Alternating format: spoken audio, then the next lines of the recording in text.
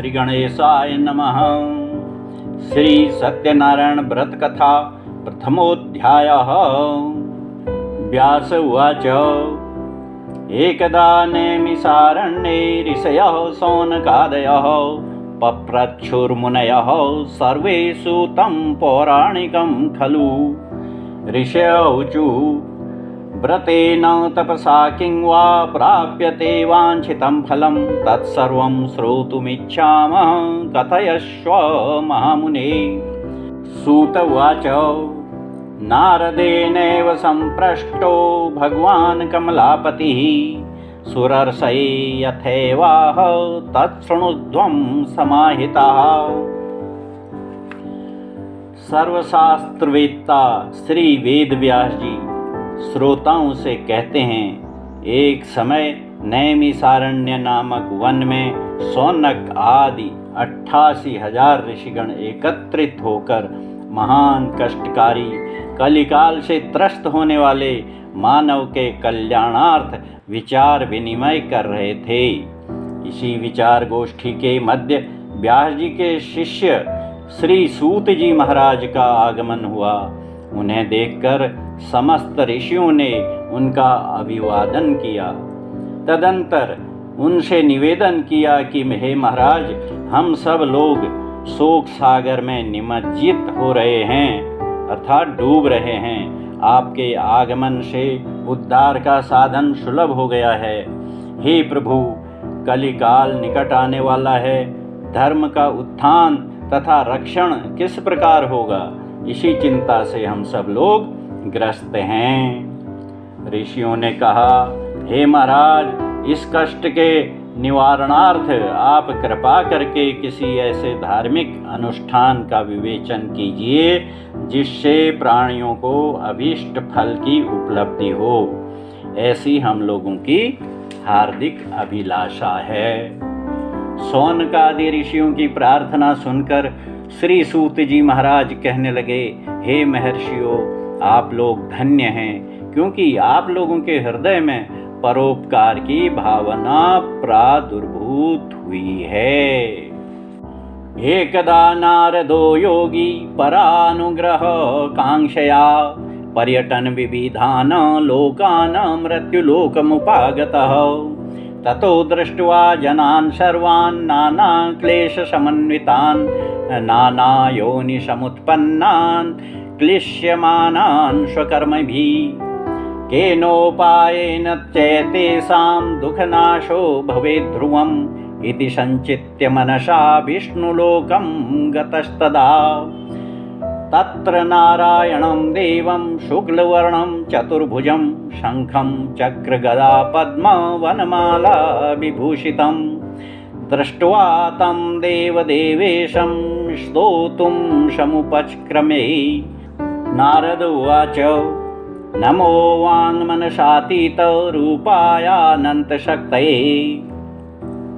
शौनकादि ऋषियों की प्रार्थना सुनकर श्री सूत जी ने कहा कि हे महर्षियों, जैसा प्रश्न आप लोगों ने मुझसे किया है, इसी प्रकार का प्रश्न एक बार देवर्षि नारद जी ने भगवान विष्णु से भी किया था, और जिस प्रकार भगवान ने उनके प्रश्नों का उत्तर दिया था, उसी प्रकार मैं भी आप लोगों के प्रश्नों का उत्तर दूंगा। हे महर्षियों, एक बार देवर्षि नारद जी परोपकार की भावना से अनेक लोकों में घूमते फिरते मर्त्यलोक में आए। मृत्युलोक में आकर नारद जी ने देखा कि सभी मनुष्य अनेक प्रकार के कष्टों से पीड़ित हैं और अनेक योनियों में जन्म लेकर अपने अपने किए हुए पापों का परिणाम भुगत रहे हैं। प्राणियों को इस प्रकार कष्ट में देखकर नारद जी का मन दयार्द हो गया और वह अपने मन में विचार करने लगे कि इन प्राणियों का कष्ट किस प्रकार दूर किया जा सकता है। ऐसा सोचते विचारते हुए नारद जी विष्णु लोक को गए। विष्णु लोक में पहुंचकर नारद जी ने देखा कि शुक्ल वर्णधारी भगवान विष्णु 4 भुजाओं से युक्त हैं और क्रम से उनके चारों भुजाओं में शंख, चक्र, गदा और पद्म विभूषित हैं और उनकी ग्रीवा में वनमाला सुशोभित हो रही है। ऐसे में देवाधिदेव भगवान की नारद जी स्तुति करते हैं कि हे भगवान, आपको मेरा साष्टांग दंडवत है। आप भी सभी प्राणियों के ज्ञाता हैं। आपके असंख्य रूप हैं तथा आपकी शक्ति अतुलनीय और असीम है। आदिमध्यांतहीनाय निर्गुणाय गुणात्मने सर्वेषामादिभूताय भक्तानामार्तिनाशिने श्रुत्वा स्तोत्रं ततो विष्णुर्नारदं प्रत्यभाषत। श्रीभगवानुवाच किमर्थमागतोषि त्वं किं ते मनसि वर्तते कथयस्व महाभाग तत्सर्वं कथयामि ते। नारद उवाच मर्त्यलोके जनाः सर्वे नानाक्लेशसमन्विताः नानायोनिसमुत्पन्नाः पच्यन्ते पापकर्मभिः। तत्कथं शमयेन्नाथ लघुपायेन तद्वद। श्रोतुमिच्छामि तत्सर्वं कृपास्ति यदि ते मयि। श्रीभगवानुवाच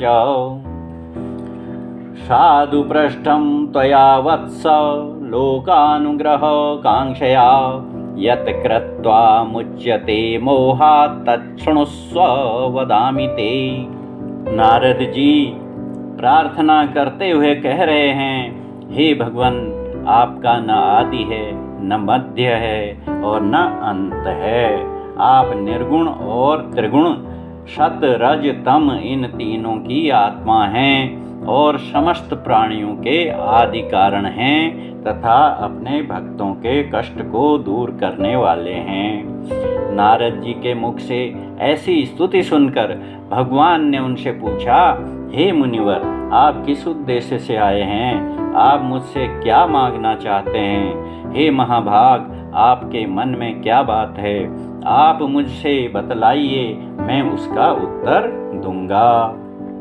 नारद जी ने कहा, हे भगवान, मैं मर्त्युलोक में गया था और वहीं से आ रहा हूँ। वहाँ पर मैंने संपूर्ण प्राणियों को अनेक क्लेशों में क्लेशित पाया। वे सभी मनुष्य नाना प्रकार की योनियों में उत्पन्न होकर अपने अपने कर्मों का फल भोग रहे हैं। इसलिए हे भक्तवत्सल भगवान, उन जीवों के उद्धार के निमित्त कोई ऐसा छोटा सरल उपाय बतलाइए जिससे उनका कष्ट दूर हो जाए।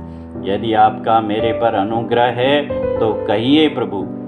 भगवान ने नारद जी से कहा, हे नारद, आपने अच्छा प्रश्न किया है। इससे संसार के सभी प्राणियों का कल्याण होगा और मनुष्य समस्त पापों से छूटकर मोक्ष धाम को प्राप्त होंगे। इसलिए हे मुनीश्वर, आपको मैं एक छोटी सी युक्ति बतलाता हूँ, उसे सावधान होकर सुने। व्रतमस्ति महत पुण्यम स्वर्गे मर्ते च दुर्लभम तत्र स्नेहान मया विप्र प्रकाशः क्रियते धुना सत्यानारायणस्यैव व्रतं सम्यग् विधानतः कृत्वा सद्यः सुखं भुक्त्वा परत्र मोक्षमाप्नुयात्। तच्छ्रुत्वा भगवद्वाक्यं नारदो मुनिर्ब्रवीत। नारद उवाच, किं फलं किं विधानं च कृतं केनैव तद्व्रतं तत्सर्वं विस्तराद् ब्रूहि कदा कार्यं व्रतं प्रभो। श्रीभगवानुवाच, दुःखशोकादिशमनं धनधान्यप्रवर्धनं सौभाग्यसन्ततिकरं सर्वत्र विजयप्रदं यस्मिन् कस्मिन् दिने मर्त्यो भक्ति श्रद्धा समन्वितः। भगवान कहते हैं, एक ऐसा व्रत बतलाता हूँ जो त्रैलोक्य में दुर्लभ है और अत्यंत फलदायी है। हे नारद जी, इस व्रत को मैं आपके स्नेह के कारण प्रकट कर रहा हूँ। इस उत्तम व्रत के प्रभाव से कलयुग के प्राणियों का मंगल होगा। हे नारद जी, जो लोग इस कलिकाल में श्री सत्यदेव भगवान का विधि पूर्वक व्रत और पूजन करेंगे, वह इस लोक में शीघ्र ही सुख के भागी होंगे और अंत में परम धाम को प्राप्त होंगे। भगवान के मुख से ऐसी बात सुनकर नारद जी ने कहा कि हे भगवान, इस व्रत का क्या फल है, किस विधि से करना चाहिए, किस समय में करना चाहिए तथा इस व्रत को पूर्व काल में किसने किया था। कृपया इन सब बातों को आप मुझे विस्तृत विवेचना कीजिए। नारद जी का ऐसा प्रश्न सुनकर भगवान ने कहा, हे नारद, यह व्रत समस्त संतापों का नाशक और धन धान्य प्रवर्धक है।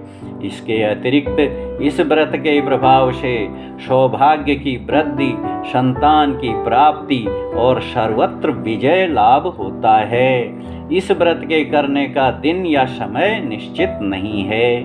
किसी भी दिन इस व्रत को भक्ति भाव से युक्त होकर श्रद्धा पूर्वक किया जा सकता है।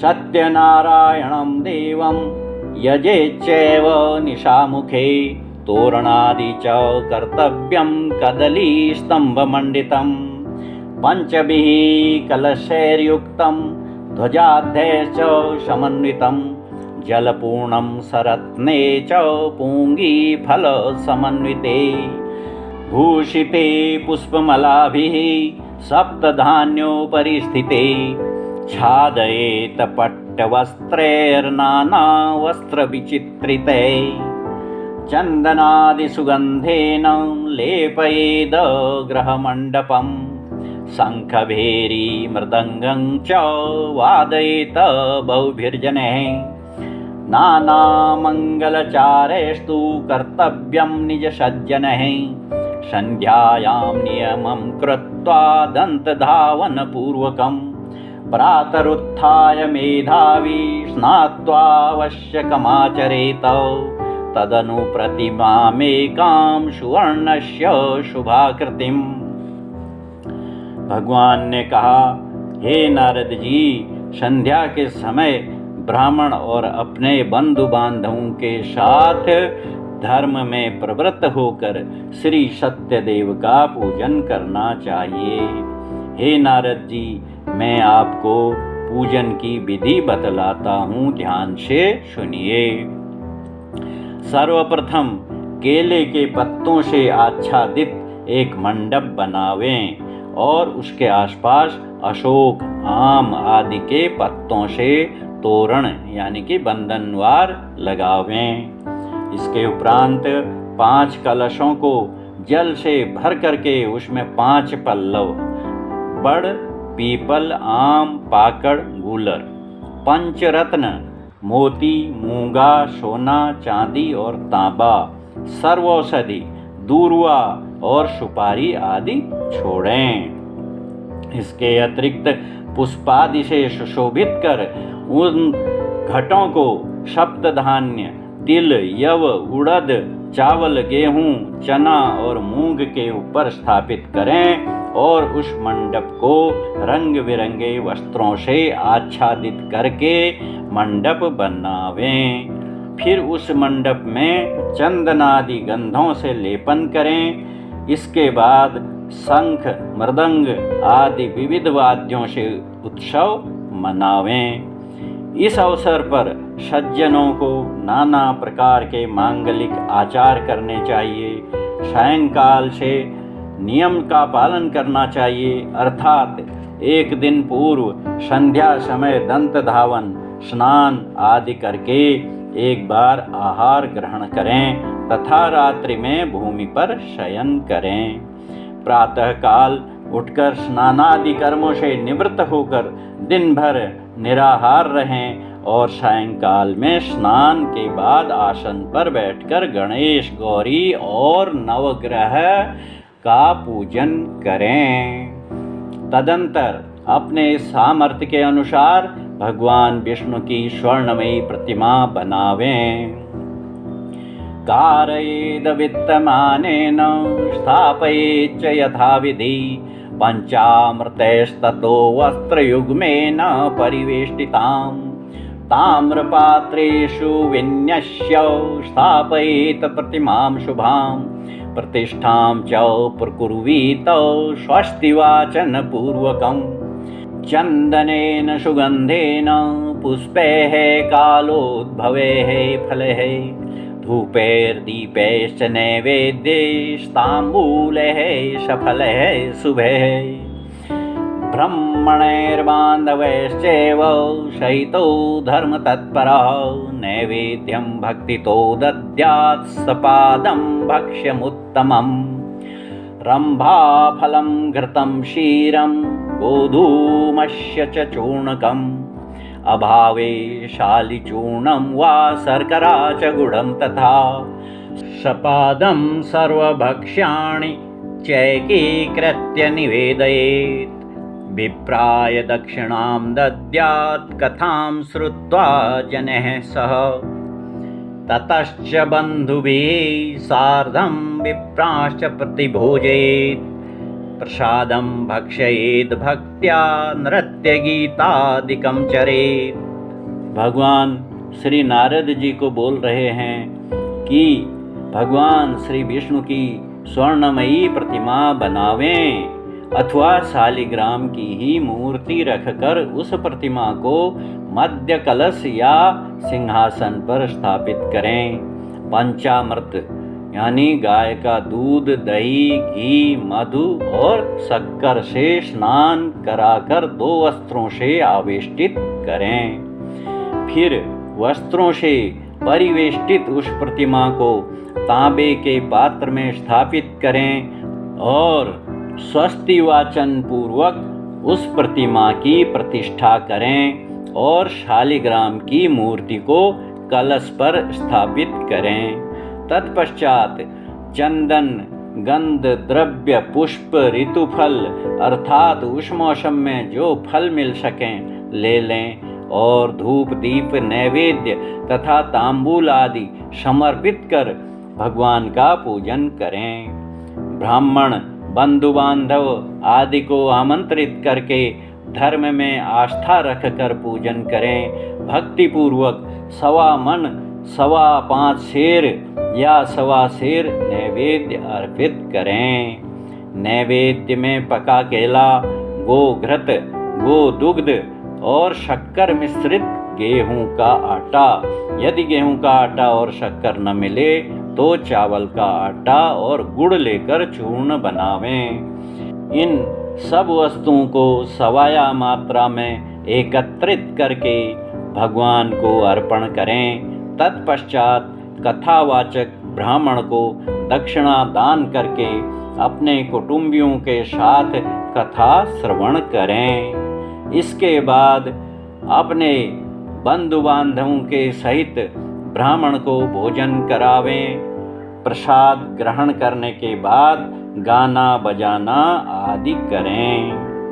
ततश्च स्वगृहं गच्छेत् सत्यनारायणं स्मरन् एवं कृते मनुष्याणां वाञ्छा सिद्धिर्भवेद् ध्रुवम्। विशेषतः कलियुगे लघुपायोऽस्ति भूतले।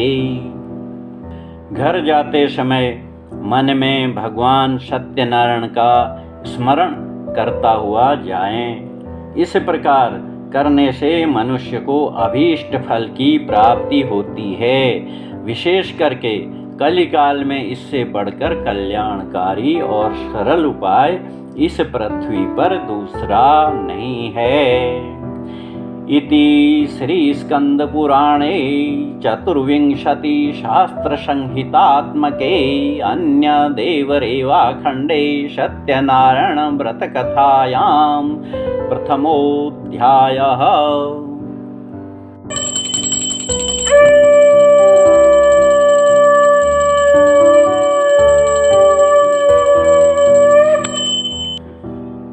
अथ श्री सत्यनारायण व्रत कथा द्वितीयोऽध्यायः। सूत उवाच अथान्यत संप्रवक्ष्यामि कृतं येन पुरा द्विजौ कश्चित् काशीपुरे रम्ये आसीद विप्रोति निर्धनः शुक्रंभ्यां व्याकुलो भूत्वा नित्यं बभ्राम भूतले दुखितो ब्राह्मणं दृष्ट्वा भगवान् ब्राह्मण प्रियौ वृद्ध ब्राह्मण रूपस्तं पप्रच्छ द्विजमादरात् किमर्थ भ्रमसे विप्र महिं नित्यं सुदुखितः तत्सर्वं श्रोतुमिच्छामि कथ्यतां द्विजोत्तम ब्राह्मणोवाच ब्राह्मणोऽति दरिद्रोऽहं भिक्षार्थ वै भ्रमे महिम् उपायं यदि जानासि कृपया कथय प्रभो वृद्ध ब्राह्मणोवाच सत्यनारायणो विष्णुर्वाञ्छितार्थफलप्रदः। श्री सूत जी ऋषियों से तथा भगवान नारद जी से व्रत का विधान और महात्म्य वर्णन करने के बाद श्री सत्यनारायण व्रत के व्रती अर्थात व्रत करने वाले के संबंध में कहते हैं। काशीपुरी नामक रमणीक नगर में शतानंद नाम के एक अत्यंत धनहीन ब्राह्मण रहते थे। वे इतने दरिद्र थे कि क्षुधा से पीड़ित होकर प्रतिदिन भिक्षाटन के निमित्त दूर दूर तक भ्रमण किया करते थे। ऐसी स्थिति में ब्राह्मण को देखकर भगवान का मन द्रवित हो गया, क्योंकि ब्राह्मण लोग भगवान के प्रिय पात्र हैं। भगवान वृद्ध ब्राह्मण के वेश में उस क्षुधातुर ब्राह्मण के निकट जाकर बोले, हे ब्राह्मण, आप किस दुख से दुखी होकर इस पृथ्वी पर भटक रहे हैं? हे विप्रवर, आप पूरा वृत्तांत मुझसे कहिए, मैं आपका कष्ट जानना चाहता हूँ।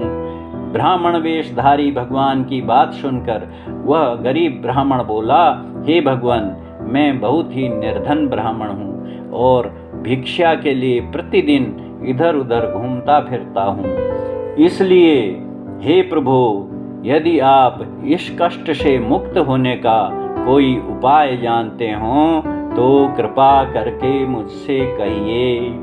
ब्राह्मण के प्रश्न को सुनकर वृद्ध ब्राह्मण वेशधारी भगवान बोले, हे विप्रवर, आप श्री सत्यदेव भगवान का पूजन और व्रत कीजिए, यह अभिलाषित फल को देने वाले हैं। तस्य त्वं पूजनं विप्र कुरुष्व व्रतमुत्तमं यत् कृत्वा सर्वदुःखेभ्यो मुक्तो भवति मानवः। विधानं च व्रतस्यापि विप्राया भाष्ये यत्नतः सत्यनारायणो वृद्धस्तत्रैवान्तरधीयत। तद्व्रतं संकरिष्यामि यदुक्तं ब्रह्मणेन वै इति संचित्य विप्रोऽसो रात्रौ निद्रां न लब्धवान्। ततः प्रातः समुत्थाय सत्यनारायणव्रतं करिष्ये इति संकल्प्य भिक्षार्थं गमद्विजः। तस्मिन्नेव दिने विप्रः प्रचुरं द्रव्यमाप्तवान्। तेनैव बन्धुभिः सार्धं सत्यस्य व्रतमाचरत्। सर्वदुःखविनिर्मुक्तः सर्वसम्पत्समन्वितः बभूव स द्विजश्रेष्ठो व्रतस्यास्य प्रभावतः। वृद्ध ब्राह्मण वेशधारी भगवान उस गरीब ब्राह्मण से बोले कि हे ब्राह्मण, आप मेरे कहने से इस व्रत को करें, और जो भी प्राणी इस उत्तम व्रत को करता है वह निसंदेह क्लेशों से रहित होकर अंत में परम धाम को जाता है। ब्राह्मण वेशधारी भगवान विष्णु उस ब्राह्मण को व्रत और पूजन की विधि बतलाकर उस स्थान से अदृश्य हो गए। भगवान के अंतर ध्यान हो जाने पर ब्राह्मण अपने मन में सोचने लगा कि इस व्रत का विधान तो बहुत बड़ा है, उसे विधिवत करना मेरे वश की बात नहीं है, क्योंकि भिक्षावृत्ति से तो परिवार का भरण पोषण ही संभव नहीं हो पाता, तो मैं इस व्रत को कैसे कर सकूंगा। इसी ऊहापोह में ब्राह्मण को रात्रि में नींद नहीं आई। प्रातःकाल नित्य कर्म से निवृत्त होकर उस ब्राह्मण ने अपने मन में ऐसा दृढ़ संकल्प किया कि आज की भिक्षा से मुझे जो कुछ भी प्राप्ति होगी उसी से मैं श्री सत्यनारायण भगवान का व्रत और पूजन करूंगा। मन में ऐसा संकल्प करके वह ब्राह्मण भिक्षा के उद्देश्य से बाहर गया। भगवत कृपा से उस दिन ब्राह्मण को भिक्षा में बहुत धन मिला, इसलिए घर लौटकर ब्राह्मण ने अपने स्वजनों को आमंत्रित किया और श्रद्धा पूर्वक श्री सत्यनारायण का व्रत और पूजन किया। उस पूजन और व्रत के प्रभाव से वह दरिद्र ब्राह्मण सब प्रकार के दुखों से छूट गया और धन धान्य से समृद्ध हो गया। ततः प्रभृति कालं च मासि मासि व्रतं कृतम् एवं नारायणस्येदं व्रतं कृत्वा द्विजोत्तमः सर्वपाप विनिर्मुक्तो दुर्लभं मोक्षमाप्तवान्। व्रतमस्य यदा विप्राः पृथिव्या सञ्चरिष्यति तदेव सर्वदुःखं च मनुजस्य विनश्यति।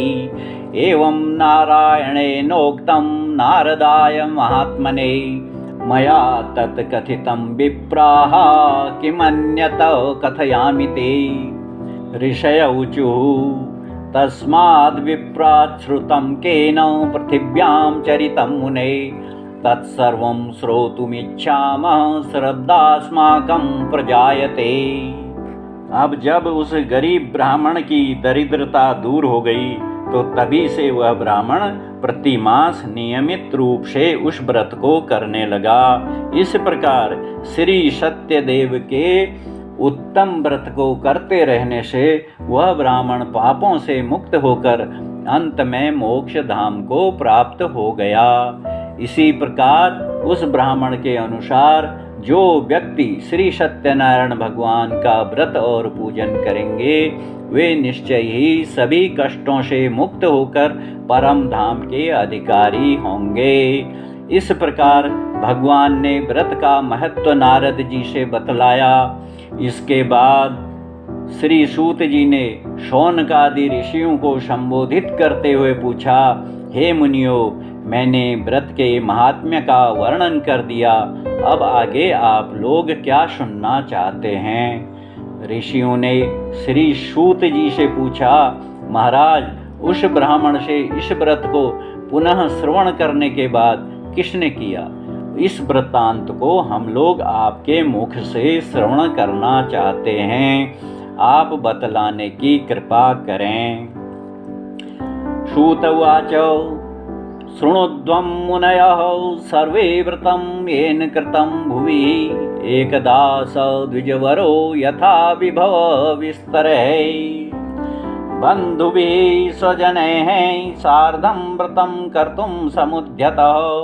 एतस्मिन्नन्तरे काले काष्ठक्रेता समागमत् बहिः काष्ठं च संस्थाप्य विप्रस्य गृहमाययौ तृष्णया पीडितात्मा च दृष्ट्वा विप्रं कृतं व्रतं प्रणिपत्य द्विजं प्राह किमिदं क्रियते त्वया कृते किं फलमाप्नोति विस्तराद वद मे प्रभो।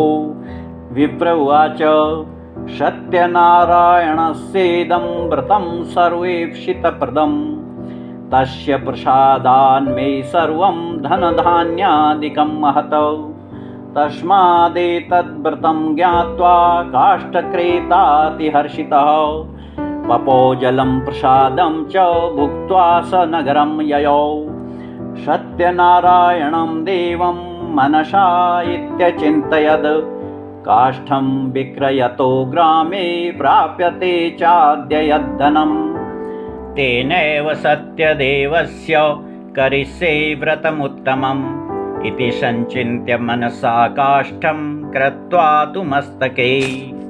जब ऋषियों ने श्री सूत जी से प्रश्न किया कि उस ब्राह्मण के करने के बाद उसके द्वारा सुनकर यह व्रत और किस किसने किया, कृपया यह बताने का कष्ट करें। तो श्री सूत जी ने कहा, हे ऋषियों, ब्राह्मण के द्वारा सुनकर जिसने पृथ्वी पर इस व्रत को किया उसे सुनिए। एक बार वही ब्राह्मण अपने वैभव के अनुसार बांधवों सहित श्री सत्यदेव भगवान का व्रत और पूजन करने को पुनः उद्यत हुआ। इतने में वहाँ एक लकड़हारा अपनी लकड़ियों के भार को घर के बाहरी द्वार पर रखकर अंदर प्रविष्ट हुआ। वह लकड़हारा क्षुधा यानी कि भूख और प्यास से पीड़ित हो रहा था। उसने गृह में प्रवेश करते ही पूर्व परिचित उस भिक्षुक ब्राह्मण को देखा। ब्राह्मण को ऐसे ऐश्वर्य की स्थिति में देखकर वह लकड़हारा आश्चर्यान्वित हो उठा तथा भगवान की इस विलक्षण महिमा को देखकर लकड़हारा पुलकित हो गया। कुछ ही क्षण के अनंतर उस काष्ठ विक्रेता ने ब्राह्मण से पूछा कि हे महाराज, आप इतने भक्तिपूर्वक तल्लीन होकर किसका पूजन कर रहे हैं? इस पूजन का फल क्या है, यह जानने के लिए मेरी जिज्ञासा है। आप कृपा करके मुझसे विस्तार पूर्वक कहिए। ब्राह्मण ने लकड़हारा के प्रश्न का उत्तर देते हुए कहा, मैं श्री सत्यनारायण भगवान का व्रत तथा उनका पूजन कर रहा हूँ। श्री सत्यदेव भगवान मनुष्य की सभी आकांक्षाएं पूर्ण करते हैं। आज तुम मेरा यह जो वैभव देख रहे हो, यह सब श्री सत्यनारायण जी की कृपा का ही फल है। ब्राह्मण के मुख से भगवान की ऐसी महिमा सुनकर वह लकड़हारा अत्यंत प्रफुल्लित हुआ तथा भगवान का प्रसाद ग्रहण करके और जल पीकर अपने नगर को चला गया। लौटते समय लकड़हारे ने अपने मन में ऐसी धारणा की कि आज लकड़ी बेचने से मुझे जितना भी द्रव्य मिलेगा मैं उसी से श्री सत्यनारायण का व्रत और पूजन करूंगा। मन में ऐसा विचार कर लकड़ी का बोझ सिर पर रख बिक्री के लिए वह लकड़हारा चल पड़ा। जगाम नगरे रम्ये धनिनाम यत्र संस्थितिः तद्दिने काष्ठमूल्यं च द्विगुणं प्राप्तवानसौ। ततः प्रसन्न हृदयं सुपक्वं कदलीफलं शर्करा घृतदुग्धं च गोधूमस्य च चूर्णकं कृत्वैकत्र शपादं च गृहीत्वा स्वगृहं ययौ। ततो बन्धून् समाहूय चकार विधिनावृतम्। तद्व्रतस्य प्रभावेण धनपुत्रान्वितोऽभवत्। इह लोके सुखं भुक्त्वा चान्ते सत्यपुरं ययौ। जब वह लकड़हारा भगवान श्री सत्यनारायण के व्रत का संकल्प लेकर नगर की ओर चल पड़ा तो भगवत कृपा से उस दिन वह लकड़हारा अपने सिर पर लकड़ियों का बोझ लिए हुए ऐसे स्थान पर जा पहुंचा जहां धनिक वर्गों का निवास था और उस दिन उसे लकड़ी के व्यापार में दुगुना लाभ हुआ। इसके बाद काष्ठ विक्रेता ने प्रसन्न मन से भगवान के पूजन के लिए केले का पका हुआ फल, शक्कर, घी, दूध और गेहूं का आटा खरीदा। इसके पश्चात घर पहुंचने पर उसने अपने बंधु बांधवों को आमंत्रित किया तथा ब्राह्मण को बुलाकर विधिवत श्री सत्यनारायण का व्रत तथा पूजन किया। उस व्रत और पूजन के प्रभाव से लकड़हारे को धन धान्य तथा पुत्र की प्राप्ति हुई और संसार में जीवन पर्यंत सुख का उपभोग करके अंत में वह परम पद को प्राप्त हुआ। इति श्री स्कंद पुराणे चतुर्विंशति सहस्र संहितात्मके अन्य देवरेवा खंडे सत्यनारायण व्रत कथायां द्वितीयोऽध्यायः।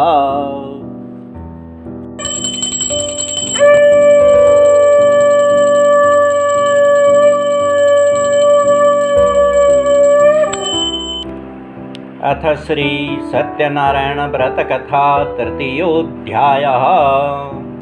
सूत उवाच पुनरग्रे प्रवक्ष्यामि शृणुध्वं मुनिसत्तमः।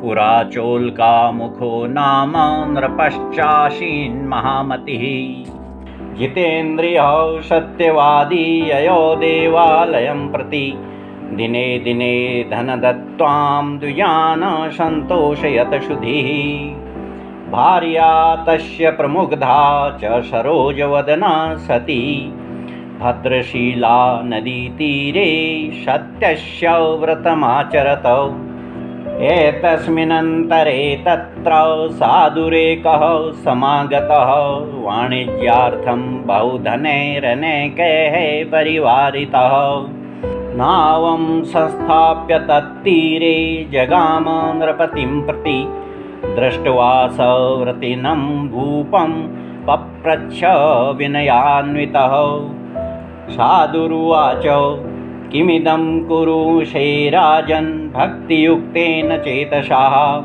प्रकाशं कुरु तत्सर्वं श्रोतुमिच्छामि साम्प्रतम्। श्री सूत जी महाराज ने शौनकादि ऋषियों से कहा, हे मुनियों, ब्राह्मण और लकड़हारे की कथा का वर्णन मैं कर चुका। अब आगे जिसने इस व्रत को किया है उसे मैं कहता हूँ, आप लोग दत्त चित्त होकर सुने। प्राचीन काल में उल्का मुख नाम का एक राजा राज्य करता था। वह राजा जितेंद्रिय, सत्यभाषी और देवोपासक था। वह देव पूजन के निमित्त प्रतिदिन देव मंदिरों में जाता और ब्राह्मणों को मुँहमागा दान देता था, अर्थात वह बहुत बड़ा दानवीर भी था। उसकी युवती पत्नी कमल के सदृश सुंदर मुख वाली थी तथा बहुत ही पतिपरायणा भी थी। ऐसी पतिपरायणा स्त्री अपने पति उल्का मुख के साथ भद्रशिला नदी के तट पर श्री सत्यनारायण का व्रत और पूजन कर रही थी। इसी समय साधु नामक एक बनिया व्यापार के उद्देश्य से नाव पर बहुत सा धन रखे हुए उस स्थान पर आया। वह वैश्य अपनी नौका को नदी के किनारे बांधकर राजा के निकट आया और वहां आने पर देखा कि राजा अपनी पत्नी के साथ श्री सत्यनारायण की पूजा कर रहे हैं। उस बनिया ने राजा से सविनय पूछा, हे राजन, आप इतनी श्रद्धा से तन्मय होकर किसका पूजन कर रहे हैं और किस उद्देश्य से कर रहे हैं? आप इन सब बातों का विशद वर्णन करें, मेरी सुनने की बहुत अभिलाषा है। राजोवाचौ पूजनं क्रियते साधो विष्णोरतुलतेजसः व्रतं च स्वजनैः सार्धं पुत्राध्यावाप्तिकाम्यया। भूपस्य वचनं श्रुत्वा साधुः प्रोवाच सादरं सर्वं कथय मे राजन् करिष्येऽहं तवोदितं। ममापि सन्ततिर्नास्ति हे तस्माज्जायते ध्रुवं। ततो निवृत्य वाणिज्यात् सानन्दो गृहमागतः। भार्यायै कथितं सर्वं व्रतं सन्ततिदायकं। तदा व्रतं करिष्यामि यदा मे सन्ततिर्भवेत्। इति लीलावतीं प्राह पत्नीं साधुः ससत्तमः।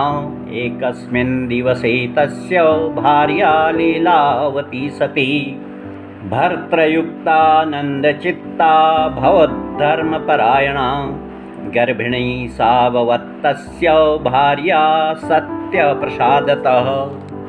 जब साधु नामक वैश्य ने राजा से इस पूजा के विषय में और विस्तार से बताने की विनती की तो राजा ने बनिए के प्रश्न का उत्तर देते हुए कहा, हे साधु, मैं श्री सत्यनारायण भगवान की पूजा कर रहा हूँ। स्वजनों के साथ इस पूजन का अभिप्राय पुत्र प्राप्त करना है। राजा की बात सुनकर बनिया सम्मान पूर्वक बोला, हे राजन, आप इस व्रत के करने की समस्त विधि बतलाइए मैं भी इस व्रत को करूँगा। आपकी ही तरह मैं भी संतानहीन हूँ, इसलिए मैं निश्चय ही इस व्रत को करूँगा।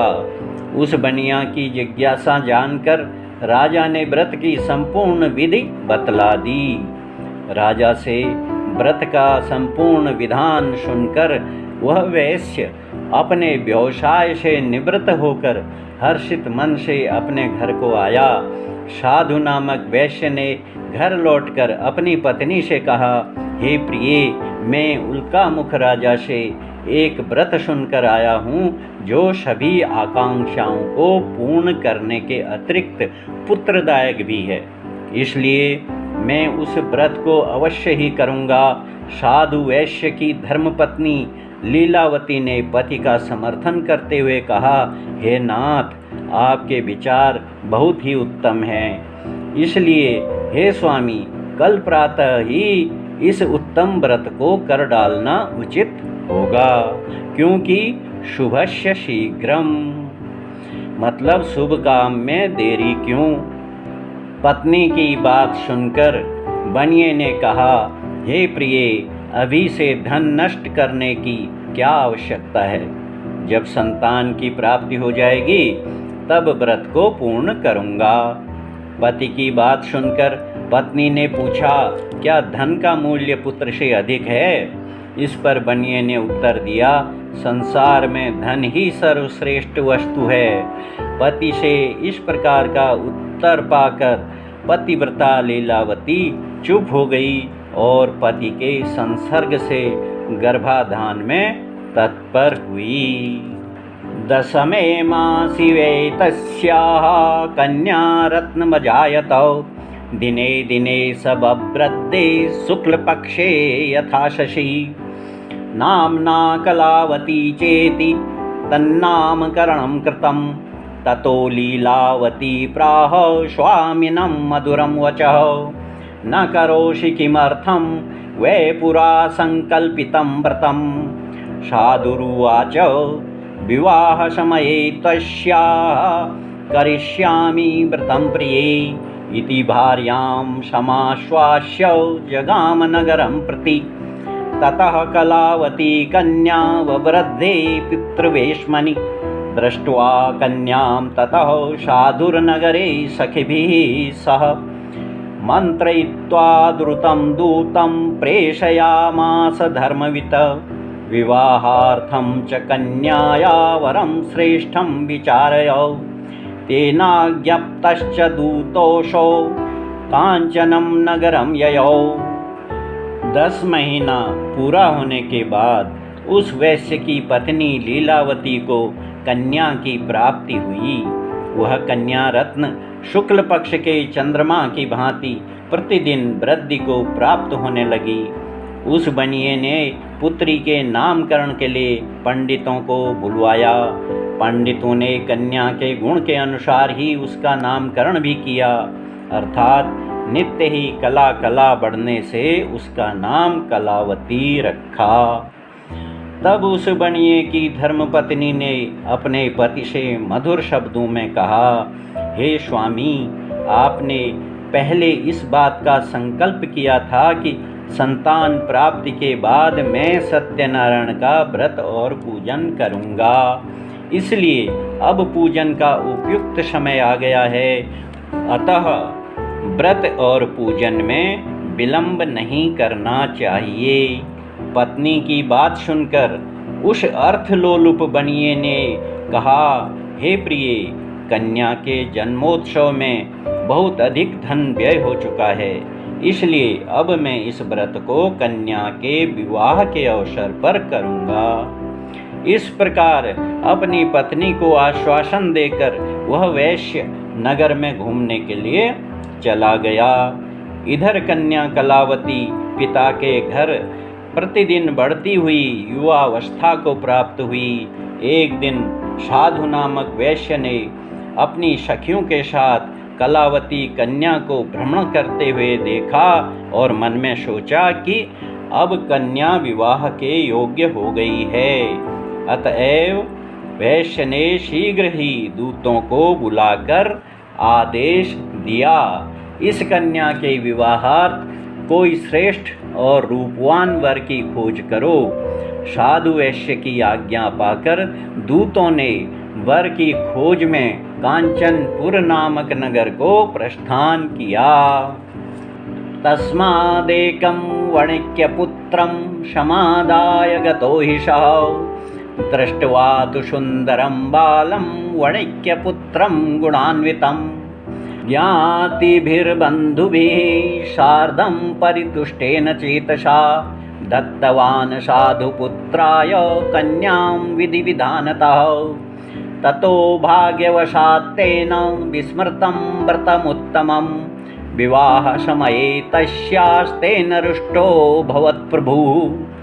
ततः कालेन नियतो निजकर्मविशारदः वाणिज्यार्थं ततः शीघ्रं जामात्रसहितो वणिकः रत्नसारपुरे रम्ये गत्वा सिन्धुसमीपतः वाणिज्यं करोत साधुर्जामात्रा श्रीमता सह।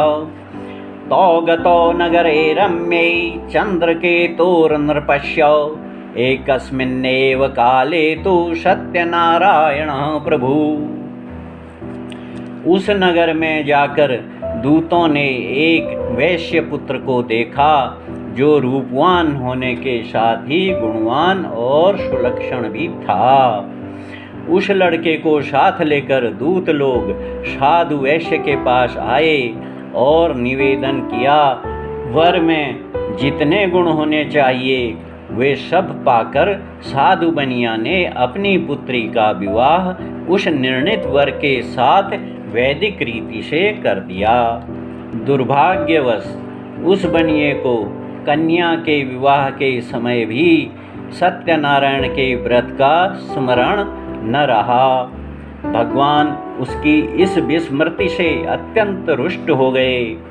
विवाह के पश्चात बनिए ने सोचा कि बहुत सा धन व्यय हो गया है, इसलिए शीघ्र ही बाहर चलकर व्यापार में लग जाना चाहिए। अतएव अपने दामाद को साथ लेकर वह व्यापार के लिए निकल पड़ा और रत्नसारपुर नामक नगर में जाकर समुद्र तट पर अपनी नौका को लगा दिया तथा स्वयं दामाद के साथ व्यापार में तल्लीन हो गया। वह नगर राजा चंद्रकेतु के अधीनस्थ था। भ्रष्ट प्रतिज्ञामालोक्य शापं तस्मै प्रदत्तवान् दारुणं कठिनं चास्य महद्दुःखं भविष्यति। एकस्मिन् दिवसे राज्ञो धनमादाय तस्करः तत्रैव चागतश्चोरो वाणिज्यो यत्र संस्थितौ तत्पश्चाद्धावकान् दूतान् दृष्ट्वा भीतेन चेतसा धनं संस्थाप्य तत्रैव सतु शीघ्रमलक्षितः। ततो दूताः समायाता यत्रास्ते सज्जनो वणिक दृष्ट्वा नृपधनं तत्र बद्ध्वा नीतो वणिकसुतौ हर्षेण धावमानाश्च उचुर्नृपसमीपतः तस्करौ द्वौ समानीतौ विलोक्या ज्ञापय प्रभु। राज्ञा ज्ञप्तस्ततः शीघ्रं दृढं बद्ध्वा तु तावुभौ स्थापितौ द्वौ महादुर्गे कारागारे विचारतः। मायया सत्यदेवस्य न श्रुतं कैस्तयोर्वचः अतस्तयोर्धनं राज्ञा गृहीतं चन्द्रकेतुना तच्छापाच्य तयोर्गेहे भार्या चैवाति दुःखिता चौरेणापहर्तं सर्वं गृहे यच्च स्थितं धनम्। जब साधु नामक बनिया अपने दामाद के साथ चंद्रकेतु राजा के राज्य में पहुंचा तो ठीक उसी समय श्री सत्यदेव भगवान ने संकल्पच्युत उस साधु बनिए को शाप दे दिया कि हे बनिया, तुमको भविष्य में मेरे वचन से महान कष्ट भुगतना होगा। उस बनिए को शाप देने के पश्चात भगवान ने ऐसी लीला की कि एक दिन दो चोर राजा का बहुत सा धन उठा ले गए और जहाँ पर साधु बनिया अपने दामाद के साथ शयन कर रहा था वहाँ पर भागते भागते जा पहुँचे। राजा के सिपाही भी चोरों का पीछा कर रहे थे। चोरों ने जब सिपाहियों को आते देखा तो उस बनिए के पास चुराए हुए धन को छोड़कर भाग खड़े हुए। सिपाहियों ने बनिया के निकट जाकर देखा कि राजा का सभी धन पड़ा हुआ है, अतः उस बनिए को ही चोर समझकर सिपाही लोग उसे कैद कर लिए और राजा के पास लाए।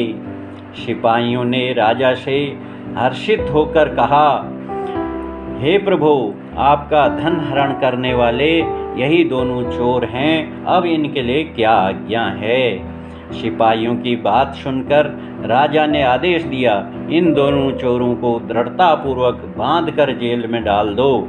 श्री सत्यदेव भगवान की माया से मोहित राजा ने बनिए को निरपराधता सिद्ध करने का अवसर भी नहीं दिया और उस बनिए की बातों पर कोई ध्यान न देकर उनके पास के समस्त धन को अपने कोषागार में जमा करा लिया। इधर बनिया की ऐसी दुर्दशा हुई और उधर बनिए के घर पर बनिए की पत्नी और पुत्री को भी महान कष्ट का सामना करना पड़ा, क्योंकि बनिए के घर में जितना भी द्रव्य था सभी को चोर उठाकर ले गए। आदि व्याधि समायुक्ता क्षुत पिपासाति दुखिता अन्न चिंता परा भूत्वा बभ्राम च ग्रहे ग्रहे एकस्मिन् दिवसे जाता शुद्धार्ता द्विज मंदिरं गत्वा पश्यद व्रतं तत्र सत्यनारायणस्य च उपविश्य कथां श्रुत्वा वरं प्रार्थितवत्यपि प्रसादभक्षणं कृत्वा ययो रात्रौ गृहं प्रति। माता कलावती कन्या कथयामास प्रेमतः पुत्री रात्रौ स्थिता कुत्र किं ते मनसि वर्तते।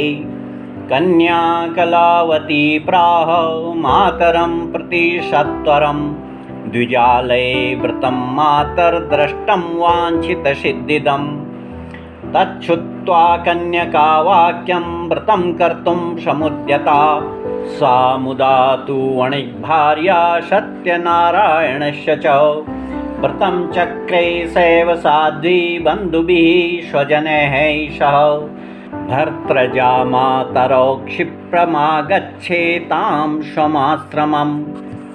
जब बनिए के घर में चोरी हो गई तो माँ बेटी मानसिक और शारीरिक यातनाएं भुगतने लगीं।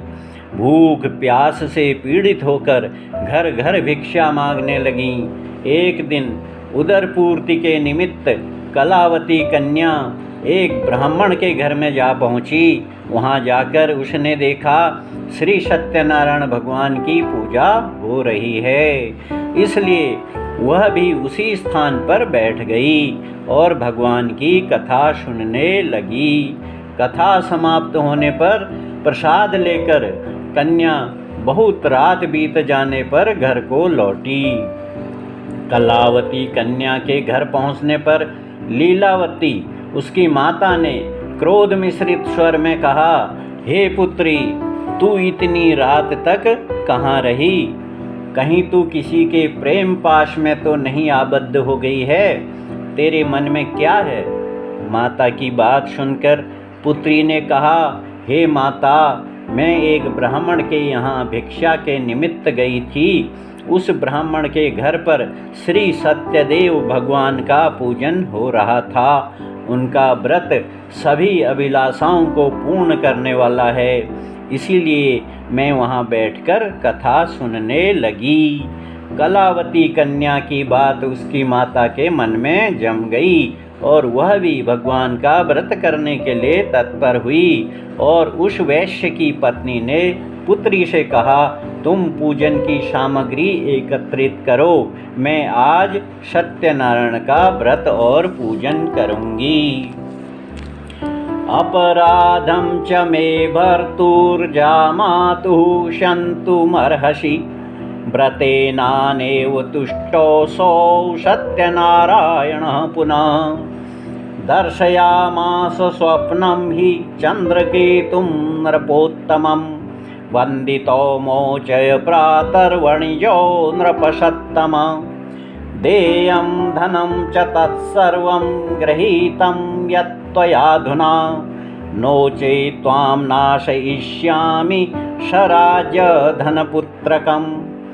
एवमाभाष्य राजानं ध्यानगम्यो भवत्प्रभुः ततः प्रभातसमये राजा च स्वजनैः सह उपविश्य सभामध्ये प्राह स्वप्नं जनं प्रति बद्धौ महाजनौ शीघ्रं मोचयदो अणिक्सुतौ इति राज्ञो वचः श्रुत्वा मोचयित्वा महाजनौ समानीय नृपस्याग्रे प्राहुस्ते विनयान्वितः।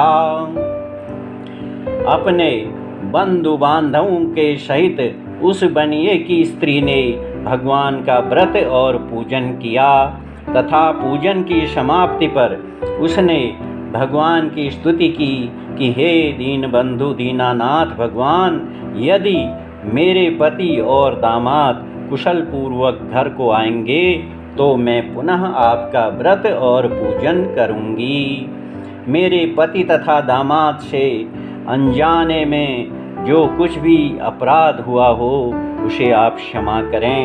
इस प्रकार लीलावती के व्रत और पूजन से भगवान प्रसन्न हो गए। तदंतर भगवान ने राजा चंद्रकेतु को स्वप्न में आकर कहा कि हे राजन, जो दो बनिए तुम्हारे यहाँ बंदी गृह में पड़े हैं उन दोनों को तुम प्रातःकाल कारागार से मुक्त कर देना और उन सबों का अपहृत धन उन्हें वापस लौटा दो। यदि ऐसा न करोगे तो तुम्हारे राज्य, पुत्र, कोष आदि सभी नष्ट हो जाएंगे। इस प्रकार भगवान स्वप्न में राजा से कहकर अदृश्य हो गए। राजा प्रातःकाल उठकर अपने स्वजनों के साथ सभा में बैठे और रात्रि में देखे हुए स्वप्न को सभासदों से कह सुनाया। सुनकर सभासदों ने कहा कि महाराज, यह स्वप्न सत्य प्रतीत होता है। हम सब लोगों को स्वप्न के अनुसार ही आचरण करना चाहिए। विचार विमर्श के बाद राजा ने दूतों को आदेश दिया कि उन दोनों कैदी बनियों को कैद से मुक्त कर दो। राजा की आज्ञा से दूतों ने उन दोनों बनियों को बंधन मुक्त कर दिया और राजा के सम्मुख लाए। इसके बाद दूतों ने राजा से निवेदन किया।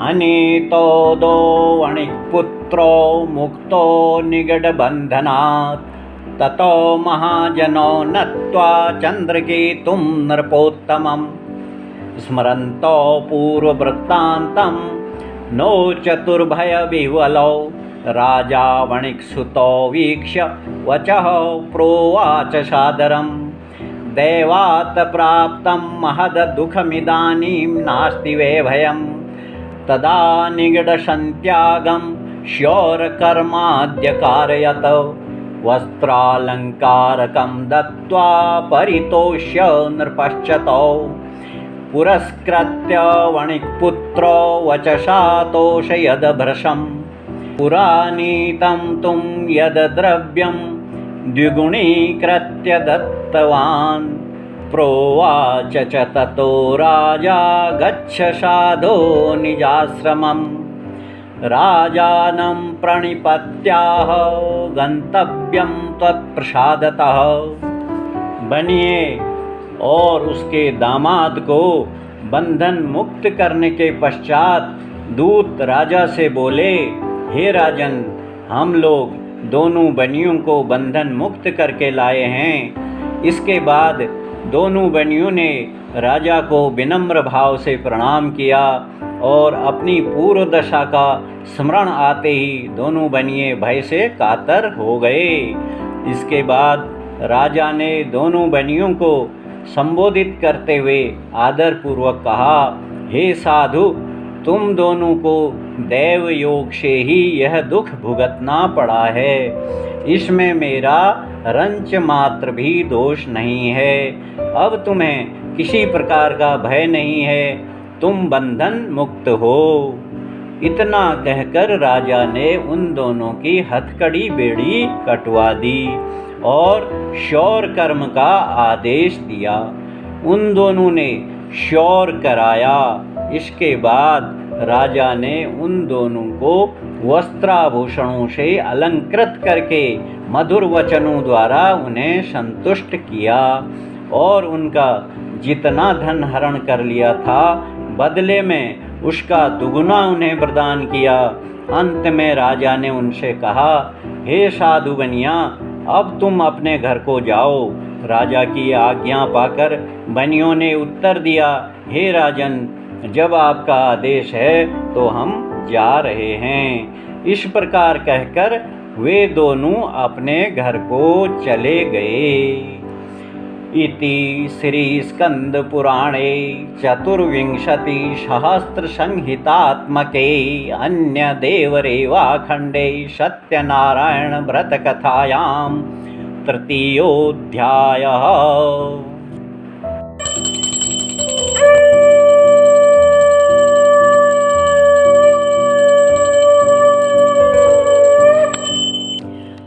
अथ श्री सत्यनारायण व्रत कथा चतुर्थोऽध्यायः। यात्रां तु कृतवान् साधुर्मङ्गलायन पूर्विकां ब्राह्मणाय धनं दत्त्वा तदा तु नगरं ययौ। कियद्दूरे गते साधौ सत्यनारायण प्रभु जिज्ञासां कृतवान् साधो किमस्ति तव नैस्थितम्।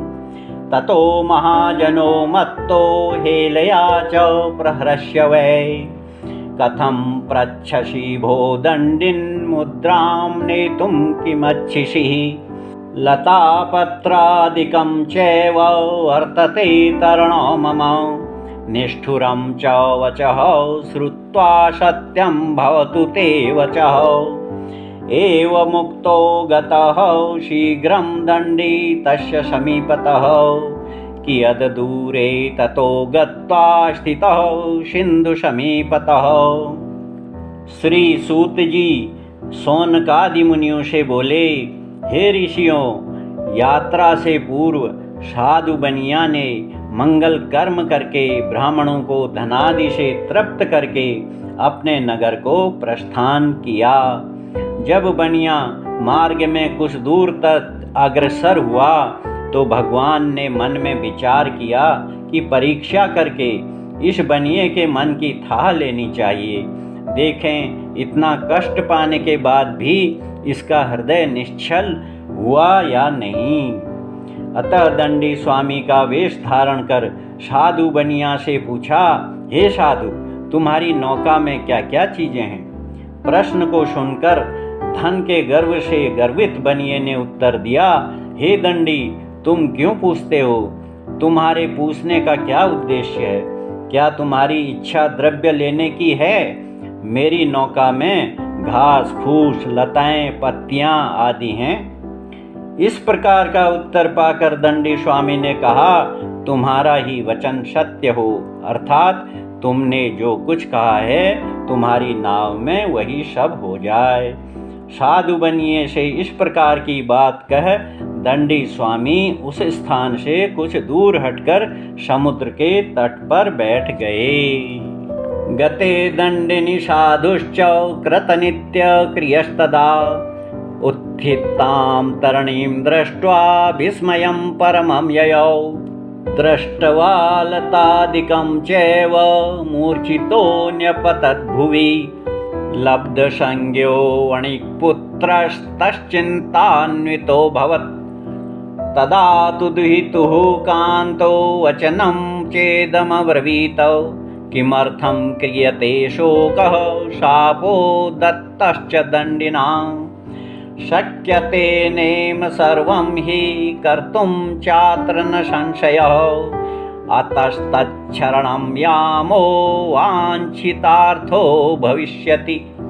जामातुर्वचनं श्रुत्वा तत्सकाशं गतस्तदा दृष्ट्वा च दण्डिनं भक्त्या नत्वा प्रोवाच सादरम् क्षमस्व चापराधं मे यदुक्तं तव सन्निधौ। एवं पुनः पुनर्नत्वा महाशोकाकुलोऽभवत्। प्रोवाच वचनं दण्डी विलपन्तं विलोक्य च।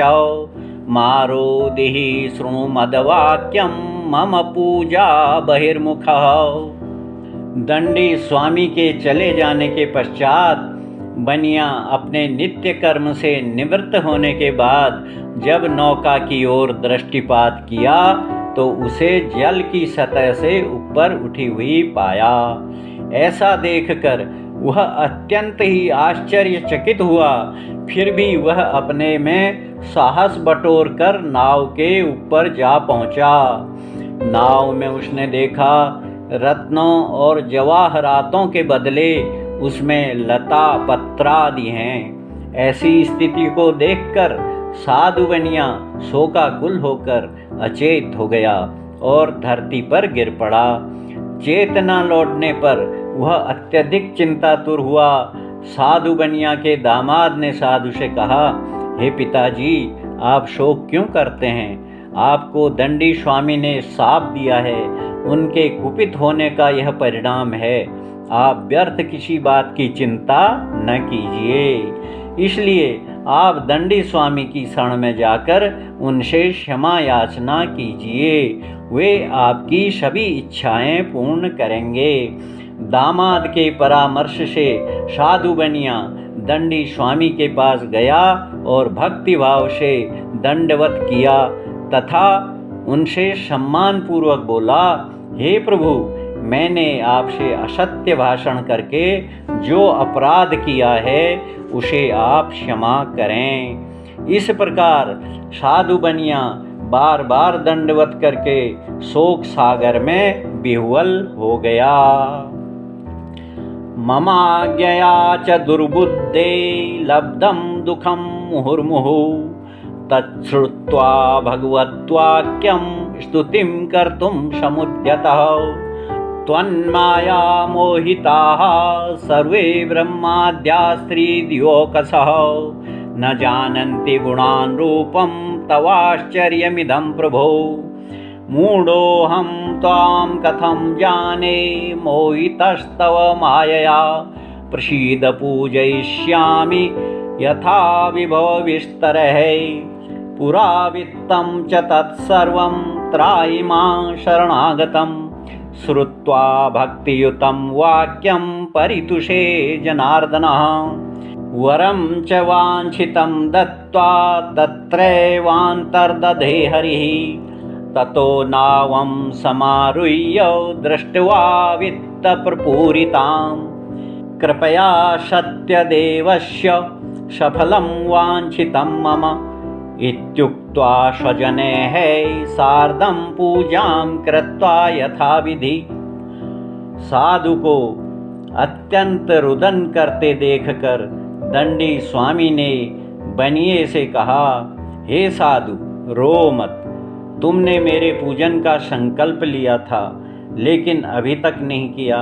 इसलिए हे मूर्ख साधु, मेरी आज्ञा से तुमको बारंबार कष्ट झेलना पड़ा है। दंडी स्वामी की बात सुनकर साधु बनिया उनकी स्तुति करने लगा। साधु ने कहा, हे भगवान, आपकी माया से ब्रह्मादि देवता भी मोहित हैं और वे भी आपके रूप तथा गुण को नहीं जान सके। मैं तो माया से लिप्त मूर्ख व्यक्ति होकर आपके स्वरूप को कैसे जान सकता हूँ? आप मेरे अपराध को क्षमा कीजिए। मैं अपने वित्त के अनुसार आपकी पूजा करूँगा। अब मैं आपकी शरण में हूँ। आप मेरे पूर्व संचित द्रव्य को देकर मेरी रक्षा कीजिए। इस प्रकार साधु की भक्ति युक्त वाणी से दंडी स्वामी प्रसन्न हो गए। ऐसा कहकर दंडी स्वामी ने साधु बनिए को वरदान दिया कि तुम्हारा मनोरथ पूर्ण हो, अर्थात तुम्हारा खोया हुआ धन तुम्हें वापस मिल जाए। इस प्रकार अभीष्ट वर प्रदान करके दंडी स्वामी वहीं पर अंतर्ध्यान हो गए। तत्पश्चात लौटकर साधु ने अपनी नाव में देखा, उसके सभी धन नौका में विद्यमान थे।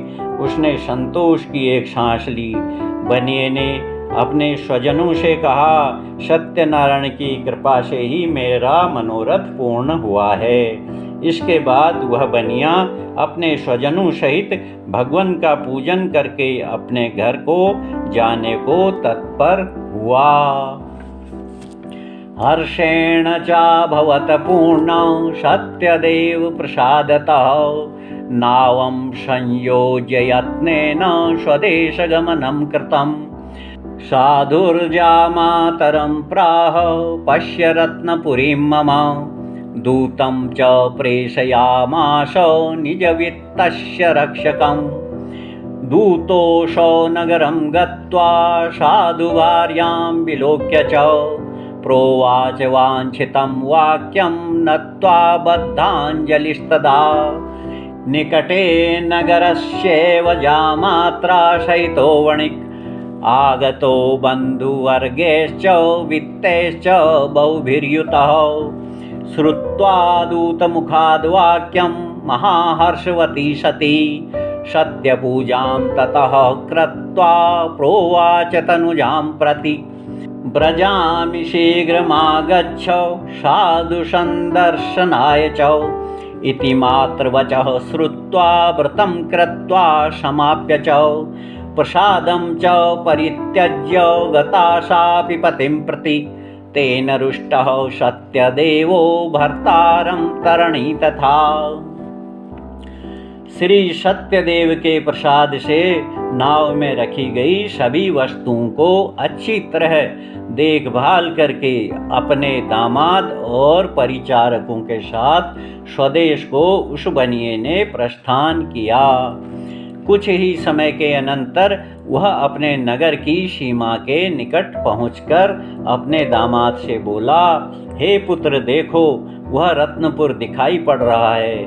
और उसने अपने धन रक्षक दूतों को अपने घर पर आगमन की सूचना देने के लिए भेजा। जब दूत नगर में पहुंचा तो साधु की पत्नी को देखकर करबद्ध हो विनम्र भाव से बोला कि आपके पति और दामाद अपने स्वजनों के साथ कुशल पूर्वक प्रवास से बहुत सा धन द्रव्य अर्जित करके नगर के निकट आ पहुँचे हैं। दूत के मुख से ऐसी बात सुनकर उस सती साध्वी पत्नी ने प्रसन्न होकर उसी क्षण अपनी कन्या से कहा, तुम सत्यनारायण का पूजन करो, मैं शीघ्र ही पति का दर्शन करके वापस आती हूँ। इस प्रकार पुत्री को आदेश देकर माता अपने पति के दर्शनार्थ चली गई और इधर कलावती कन्या ने माता के कथनानुसार शीघ्र ही सत्यदेव का पूजन समाप्त किया और भगवान का प्रसाद ग्रहण किए बिना ही वह भी अपने पति के दर्शनार्थ चल पड़ी। ऐसी उतावली करने से भगवान ने असंतुष्ट होकर नौका सहित उसके पति को जल में निमग्न कर दिया। संहृत्य च धनैः सार्धं जले तस्याममज्जयत ततः कलावती कन्या न विलोक्य निजं पतिं शोकेन महता तत्र रुदन्ती चापतद्भुवि दृष्ट्वा तथा विद्यां नावं कन्यां च बहु दुःखितां भीतेन मनसा साधुः किमाश्चर्यमिदं भवेत् चिन्त्यमानाश्च ते सर्वे बभूवस्तरिवाहकाः ततो लीलावतीं कन्यां दृष्ट्वा सा विह्वलाभवत् विललापाति दुःखेन भर्तारं चेदमब्रवीत इदानीं नौकया सार्धं कथं शोभूदलक्षितः न जाने कस्य देवस्य हेलया चैव साहृता सत्यदेवस्य महात्म्यं ज्ञातुं वाकेन शक्यते इत्युक्त्वा विललापेव ततश्च स्वजनैः सह ततो लीलावती कन्यां क्रोडे कृत्वा रुरोधः। ततः कलावती कन्या नष्टे स्वामिनी दुखिता। भगवान की लीला के कारण जब कलावती का पति नाव सहित जल में डूब गया तो कलावती अपने पति को न देखकर बहुत ही अधीर हुई और शोकाकुल होकर रुदन करने लगी तथा विलपती हुई अचेत होकर धरती पर गिर पड़ी।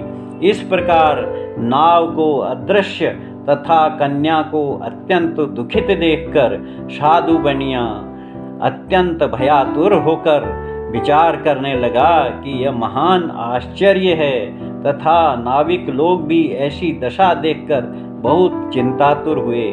इसके पश्चात लीलावती अपनी पुत्री को विलाप करती हुई देखकर पति से बोली, हे स्वामी, देखते देखते नौका आंखों से ओझल कैसे हो गई? हो सकता है यह कोई दैवी माया या प्रेरणा है। श्री सत्यनारायण का महात्म्य जानने की शक्ति किसमें है? कहीं उन्हीं के प्रकोप से तो ऐसा नहीं हुआ है। इस प्रकार कहकर वह बिलखने लगी। अपनी कन्या को गोद में बैठाकर लीलावती रुदन करने लगी। तब कलावती अपने पति को नष्ट जानकर विचार करने लगी कि मेरे पति ही जीवित नहीं रहे तो मैं रहकर क्या करूंगी, इसलिए अब मुझे पति के साथ सती हो जाना चाहिए। गृहीत्वा पादुकां तस्यानुगन्तुं च मनोदधे कन्यायाश्चरितं दृष्ट्वा सभार्यः सज्जनोऽणिक् अतिशोकेन सन्तप्तश्चिन्तयामास धर्मवितौ रतं वा सत्यदेवेन भ्रान्तोऽहं सत्यमायया सत्यपूजां करिष्यामि यथा विभवविस्तरः इति सर्वान् समाहूय कथयित्वा मनोरथं नत्वा च दण्डवद भूमौ सत्यदेव पुनः पुनः ततस्तुष्टः सत्यदेवो दीनानां परिपालकः जगादवचनं चैनं कृपया भक्तवत्सलः त्यक्त्वा प्रसादं तं कन्यां पतिं द्रष्टुं समागता अतो दृष्टो भवत्तस्याः कन्यकायाः पतिर्ध्रुवम् गृहं गत्वा प्रसादं च भुक्त्वा सायाति चेत पुनः लब्धभर्ती सुता साधो भविष्यति न संशयः कन्यकां तादृशं वाक्यं श्रुत्वा गगनमण्डलात्। कलावती कन्या मन में सती होने का निश्चय करके अपने घर से पति की खड़ाऊं ले आई। कलावती कन्या के संकल्प से वैश्य दंपत्ति अत्यंत दुखी हुए। साधु बनिया शोक से कातर होकर सोचने लगा, कहीं सत्यदेव भगवान ने ही तो मेरा धन हरण नहीं कर लिया, अथवा मैं कहीं उनकी माया से तो मुग्ध नहीं हुआ हूँ। इसके बाद बनिए ने उन सब लोगों को एकत्रित करके घोषणा की कि यदि मेरा कष्ट श्री सत्यनारायण भगवान दूर करेंगे तो मैं अपनी सामर्थ्य के अनुसार उनकी पूजा करूंगा। ऐसा कहकर वह बनिया पृथ्वी पर नतमस्तक होकर बारंबार भगवान को दंडवत करने लगा। उसके ऐसा करने से भगवान प्रसन्न हो गए। भगवान के प्रसन्न होने पर आकाशवाणी हुई कि हे साधु, तेरी पुत्री मेरे प्रसाद का परित्याग करके अपने पति के दर्शनार्थ चली आई है, इसीलिए यह अपने पति को नहीं देख सकी। यदि यह कन्या घर से प्रसाद ग्रहण करके आए तो निश्चय ही पति प्राप्त होगा। कन्या ने ऐसी आकाशवाणी सुनकर शीघ्र ही घर को प्रस्थान किया और जाकर प्रसाद ग्रहण किया। इसके पश्चात पुनः लौटकर आने पर स्वजनों के साथ अपने पति को देखा। क्षिप्रं तदा गृहं गत्वा प्रसादं च बुभोजसा, सा पश्चात् पुनरागत्य ददर्श स्वजनं पतिं। ततः कलावती कन्या जगाद पितरं प्रति, इदानीं च गृहं याहि विलम्बं कुरुषे कथम्। तच्छ्रुत्वा कन्यका वाक्यं सन्तुष्टो भूद्वणिक्सुतः, पूजनं सत्यदेवस्य कृत्वा विधिविधानतः। धनैर्बन्धुगणैः सार्धं जगाम निजमन्दिरं, पौर्णमास्यां च संक्रान्तौ कृतवान् सत्यस्य पूजनम्। इह लोके सुखं भुक्त्वा चान्ते सत्यपुरं ययौ। अपने पति से मिल लेने के पश्चात कन्या ने अपने पिता से कहा, हे पिताजी, अब आप शीघ्र घर को चलें, विलंब क्यों कर रहे हैं। कन्या की बात से साधु बनिया प्रसन्न हुआ और उसी समय उसी स्थान पर श्री सत्यनारायण भगवान का विधिवत पूजन करके धन और बंधुओं के साथ हर्षित होकर अपने घर को आया। तदंतर वह प्रत्येक मास पूर्णिमा और संक्रांति को सत्यदेव भगवान का पूजन करने लगा। इस प्रकार वह साधु बनिया व्रत के प्रभाव से इस लोक में संपूर्ण सुखों का उपभोग करके अंत में विष्णु लोक को चला गया। इति श्री स्कंद पुराणे चतुर्विंशति सहस्र संहितात्मके अन्य देवरेवा खंडे सत्यनारायण व्रत कथायां चतुर्थोऽध्यायः।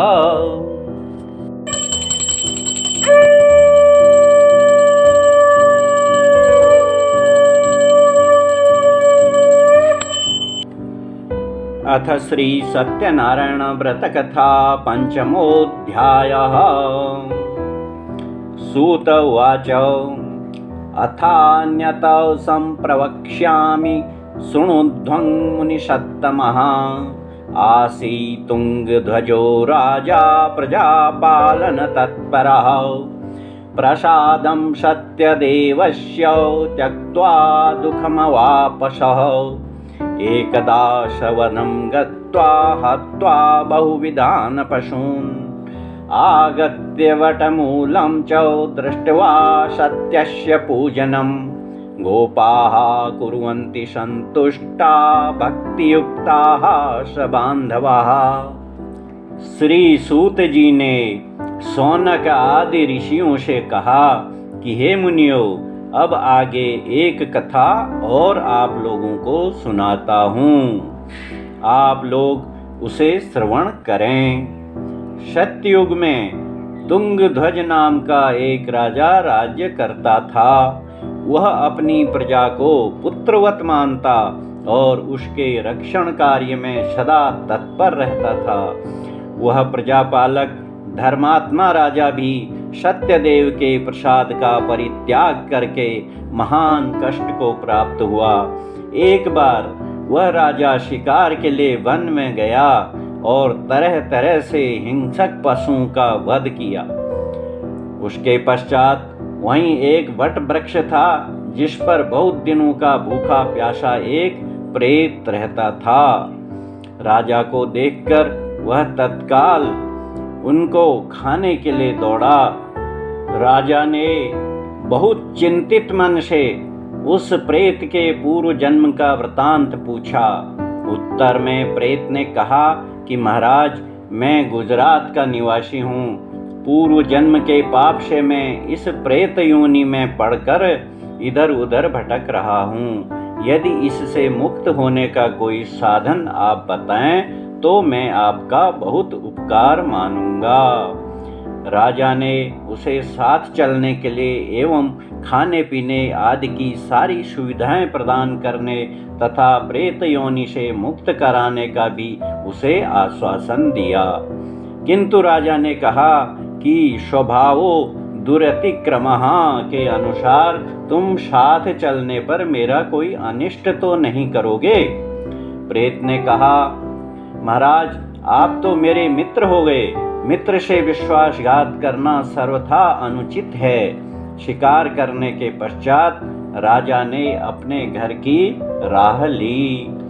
मार्ग में एक वट वृक्ष मिला, जिसके नीचे राजा विश्राम करने लगा और प्रेत उस वृक्ष पर जा बैठा। राजा ने देखा बहुत से ग्वाल बाल श्री सत्यनारायण भगवान का श्रद्धा पूर्वक पूजन कर रहे हैं।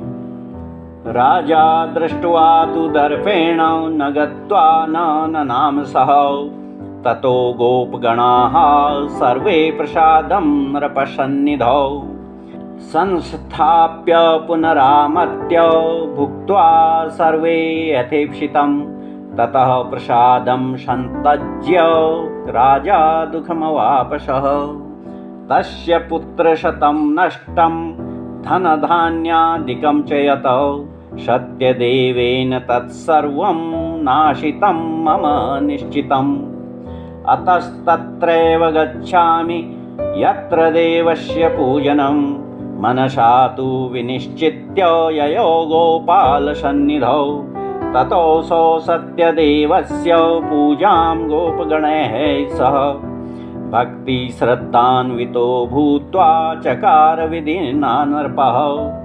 सत्यदेव प्रसादेन धनपुत्रान्वितो भवत इह लोके सुखं भुक्त्वा चान्ते सत्यपुरं ययौ। राजा ने देखा कि ग्वाल बाल अपने बंधु बांधवों के साथ भगवान श्री सत्यनारायण का पूजन कर रहे हैं, तो इस प्रकार देखकर भी वह राजा धन के गर्व में गर्वित होने के कारण भगवान के निकट नहीं गया और न तो नतमस्तक ही हुआ। पूजन समाप्त होने पर गोपों ने प्रसाद वितरण के समय राजा को भी प्रसाद दिया, किंतु राजा ने उस प्रसाद को ग्रहण नहीं किया और वहां से उठकर अपने घर को चला गया। उधर गोपों ने भगवान का प्रसाद भक्षण किया। चिर बुभुक्षित होने के कारण उस प्रसाद को प्रेत ने भी बड़ी प्रसन्नता पूर्वक खा लिया, जिसके कारण तत्काल स्वर्ग से उसके लिए विमान आया और उस विमान पर बैठकर वह स्वर्ग चला गया। और राजा को प्रसाद के परित्याग से अत्यंत कष्ट मिला। उसके 100 पुत्रों की मृत्यु हो गई और उसका संपूर्ण राज्य छिन्न भिन्न हो गया। ऐसी स्थिति को देखकर राजा ने अपने मन में विचार किया कि सत्यनारायण प्रभु के प्रसाद का परित्याग करने से ही मेरी यह दुर्दशा हुई है, क्योंकि प्रभु में अपार शक्ति निहित होती है। ऐसा विचार करके जहाँ गोप लोग पूजन कर रहे थे उस स्थान पर राजा पुनः गया। वहाँ जाकर राजा ने गोपों के साथ भक्तिपूर्वक भगवान श्री सत्यदेव का विधिवत पूजन किया। पूजन के प्रभाव से राजा पुनः पुत्रादि तथा धन धान्य से परिपूर्ण हो गया और समस्त सांसारिक सुखों का उपभोग करके अंत में वैकुंठपुरी को प्राप्त हुआ।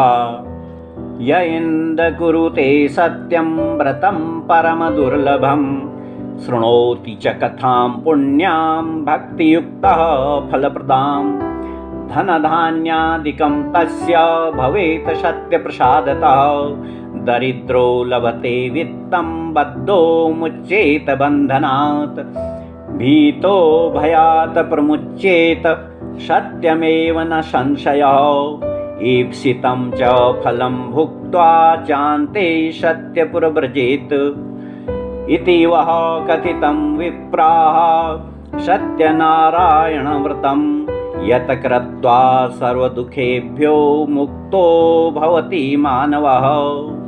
विशेषतः कलियुगे सत्यपूजा फलप्रदा केचित् कालं वदिष्यन्ति सत्यमीशं तमेव च सत्यनारायणं केचित् सत्यदेवं तथा परे नानारूपधरो भूत्वा सर्वेषामीप्सितप्रदम् भविष्यति कलौ सत्यव्रतरूपी सनातनः श्रीविष्णुना धृतं रूपं सर्वेषामीप्सितप्रदम्। श्री सूत जी महाराज बोले, हे शौनक आदि ऋषियों, जो प्राणी श्री सत्यदेव के इस परम दुर्लभ व्रत को करता है तथा मनोवांछित फलदायक एवं पुण्यकारी कथा को सुनता है, उसे श्री सत्यनारायण के प्रसाद से धन धान्य की प्राप्ति होती है। दरिद्र व्यक्ति दारिद्र्य से छूट जाता है तथा बंधनबद्ध व्यक्ति बंधन से मुक्त हो जाता है। भयभीत मनुष्य भय से रहित होता है। यह बात बिल्कुल सत्य है, इसमें किसी प्रकार का संशय नहीं है। श्री सत्यदेव के प्रसाद से वह प्राणी इस लोक में सभी सुखों को भोग कर अंत में मुक्ति लाभ करता है। हे ब्राह्मणों, मैंने आप लोगों से सत्यदेव के जिस व्रत को कहा है उसे करने वाले संसार सागर से मुक्त हो जाते हैं। और इस कलिकाल में तो श्री सत्यनारायण का व्रत ही विशेष रूप से फलदायक कहा गया है। इस प्रकार अभिलाषित फल देने वाले प्रभु को कोई काल तथा कोई ईश की संज्ञा देता है। कोई सत्यनारायण तथा कोई सत्यदेव भी कहते हैं। श्री सत्यनारायण भगवान विविध रूप धारण करके भूलोक के मनुष्यों का मनोरथ पूर्ण करते हैं। और इस कलिकाल में यही सनातन विष्णु भगवान सत्य रूप धारण करके सबकी अभिलाषा पूरी करते हैं। य इदं पठते नित्यं शृणोति मुनिसत्तमः तस्य नश्यन्ति पापानि सत्यदेव प्रसादतः। व्रतं यैस्तु कृतं पूर्वं सत्यनारायणस्य च तेषां त्वपरजन्मानि कथयामि मुनीश्वरः। सतानन्दो महाप्राज्ञः सुदामा ब्राह्मणो यभूत् तस्मिन् जन्मनि श्रीकृष्णं ध्यात्वा मोक्ष्यं वाप्यः। काष्ठभारवहो भिल्लो गुहराजो बभूवः तस्मिन् जन्मनि श्रीरामं सेव्य मोक्षं जगाम वै। उल्कामुखो महाराजो नृपो दशरथो भवत श्रीरंगनाथं संपूज्य श्रीवैकुंठं तदागमत।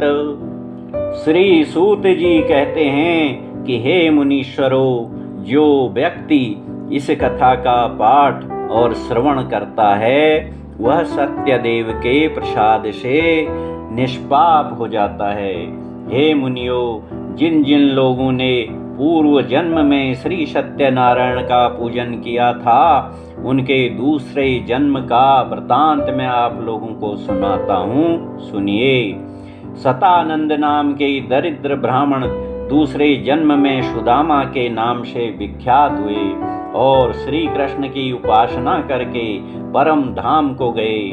भील जाति के लकड़हारा दूसरे जन्म में श्रृंगवेरपुर का निषाद राज हुआ और भगवान के रूप में अवतरित महाराज रामचंद्र जी को वनवास काल के समय गंगा से पार उतार कर स्वयं भी भव सिंधु के पार हो गया।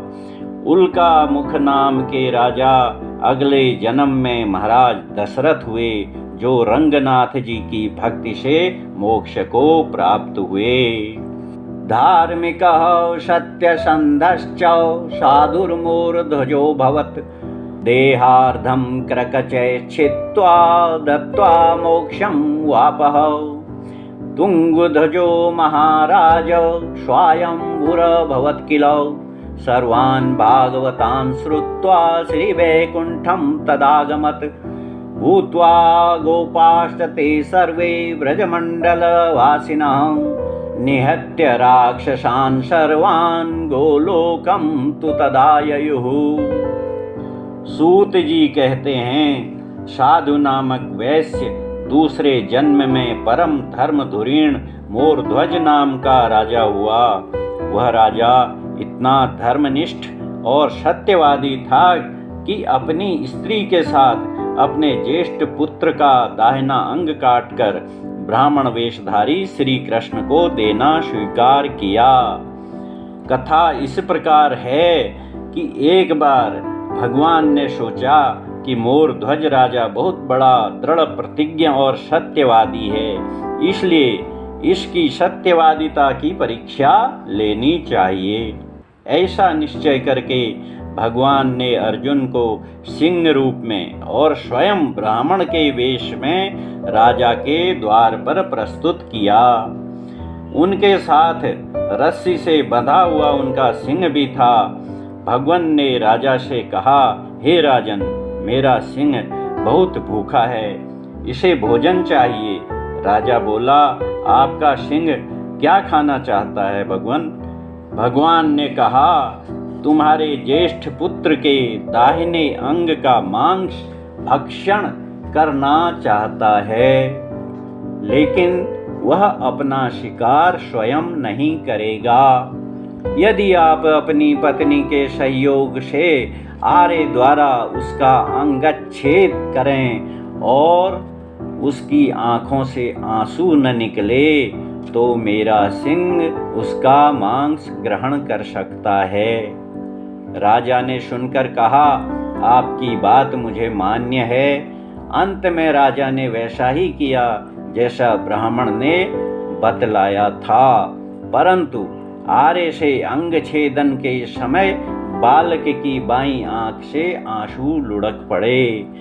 देखकर ब्राह्मण ने कहा, आंसू आ जाने के फलस्वरूप अब मेरा सिंह मांस भक्षण नहीं करेगा। यह सुनकर लड़के ने उत्तर दिया, महाराज, खाने की बात तो दाहिने अंग की है, बाएं की नहीं।